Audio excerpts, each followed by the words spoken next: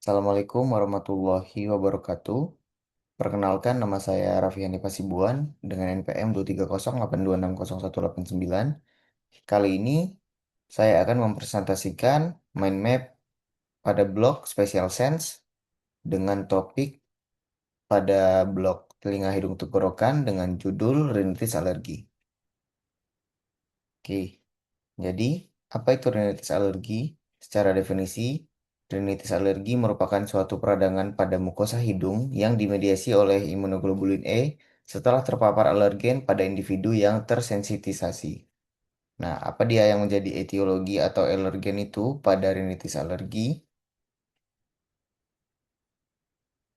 Salah satu etiologinya itu adalah tungau pada debu rumah atau kita sebut Dermatophagoides pteronesinus. Bisa juga dari serbuk sari atau polen, bisa didapat dari pohon, rumput atau juga pada gulma. Bisa juga disebabkan oleh karena bulu atau ketombe hewan seperti kucing, anjing atau juga burung. Bisa juga etiologinya disebabkan karena jamur seperti jamur Aspergillus. Bisa juga etiologinya itu adalah kecoa. Nah, apa itu faktor risiko yang menyebabkan pada rintitis alergi? Yang pertama adalah riwayat atopik keluarga, riwayat asma, dermatitis atopik karena paparan asap rokok, polusi udara, usia sering mulai daripada anak sampai juga pada dewasa muda. Nah, alergen inhalan lah yang paling sering menyebabkan rinitis alergi. Oke, kita masuk ke patofisiologi dari rinitis alergi. Yang pertama itu adalah paparan alergen yang masuk ke rongga hidung.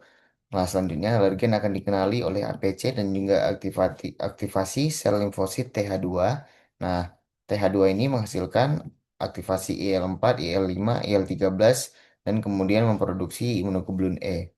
Imunoglobulin E berikatan dengan sel mast. Selanjutnya adalah pajanan ulang alergen, degranulasi pada sel mast. Lalu mediator dilepaskan seperti histamin, leukotrien, prostaglandin, tryptase, dan juga PAV. Nah, dari paparan alergen tadilah yang menyebabkan timbulnya gejala seperti bersin, rinore atau ingusan, hidung tersumbat, dan juga gatal hidung.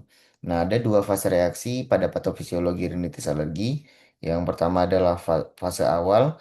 Dia ini biasanya dalam hitungan menit, dimediasi oleh imunoglobulin E, maka mengaktifkan sel mast, dan selanjutnya adalah mengaktifkan mediator praformasi. Nah, kalau dia fase lambat, dia itu reaksinya terjadi selama 4 sampai 8 jam setelah alergen masuk. Nah, prosesnya itu adalah saat infiltrasi eosinofil, basofil, dan juga limfosit T, kemudian mediator barunya dilepaskan seperti leukotriene dan juga sirtokin. Oke, untuk klasifikasi atau areanya ini yang pertama adalah berdasarkan durasi, intermittent dengan gejala kurang dari 4 hari atau minggu, atau juga kurang dari 4 minggu. Kalau persisten, dia gejalanya lebih dari 4 hari atau minggu, dan juga lebih dari sama dengan 4 minggu. Berdasarkan derajatnya, kita bagi menjadi tiga, yaitu ringan, sedang, dan juga berat. Kalau ringan, gejalanya tidak mengganggu aktivitas tidur, sekolah, dan juga aktivitas lainnya.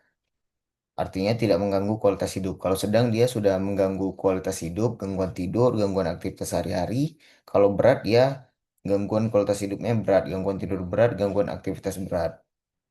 Oke, kita masuk ke manifestasi klinis pada rinitis alergi. Nah, gejala utamanya itu merupakan bersin berulang, biasanya sering lebih dari 5 sampai 10 kali.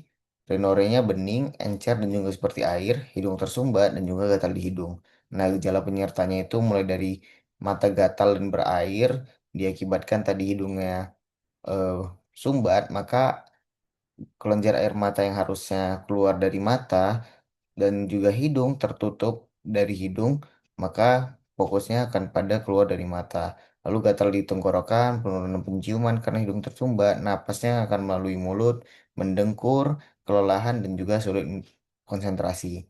Nah, ada beberapa tanda khas yaitu alergik salut, kebiasaan mengusap hidung ke atas, alergik krease, lipatan horizontal pada batang hidung, alergik sinus, lingkaran gelap di mata bawah, dan juga konka inferiornya pucat atau edematous, juga sekretnya encer. Nah, apa tata laksana yang kita berikan pada pasien dengan rinitis alergi? Yang pertama adalah tata laksana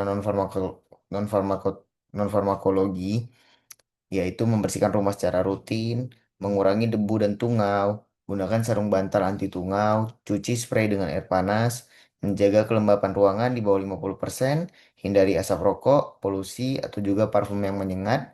serta kita membatasi kontak dengan hewan apabila menjadi pencetus.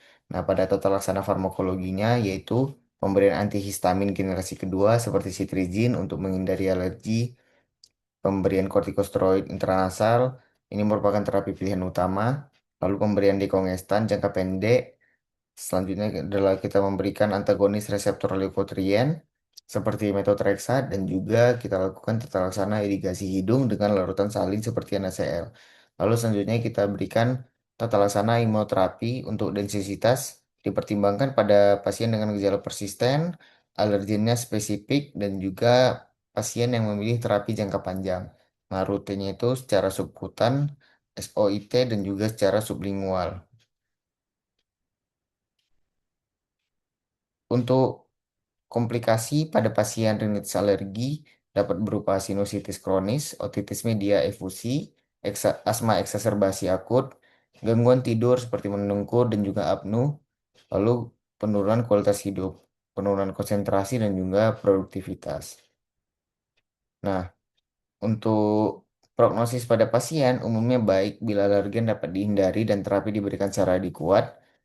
Gejalanya dapat dikontrol dengan terapi yang tepat, imunoterapi dapat mengubah perjalanan penyakit, komplikasi dapat dicegah dengan tata laksana yang baik. Nah, edukasi untuk pasien dengan rinitis alergi yaitu adalah patuh minum obat, gunakan obat secara teratur, kontrol secara rutin, dan juga kenali dan juga hindari pencetus.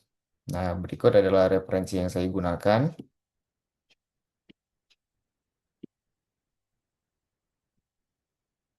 Oke, cukup sekian untuk penjelasan dari mind map rinitis alergi saya.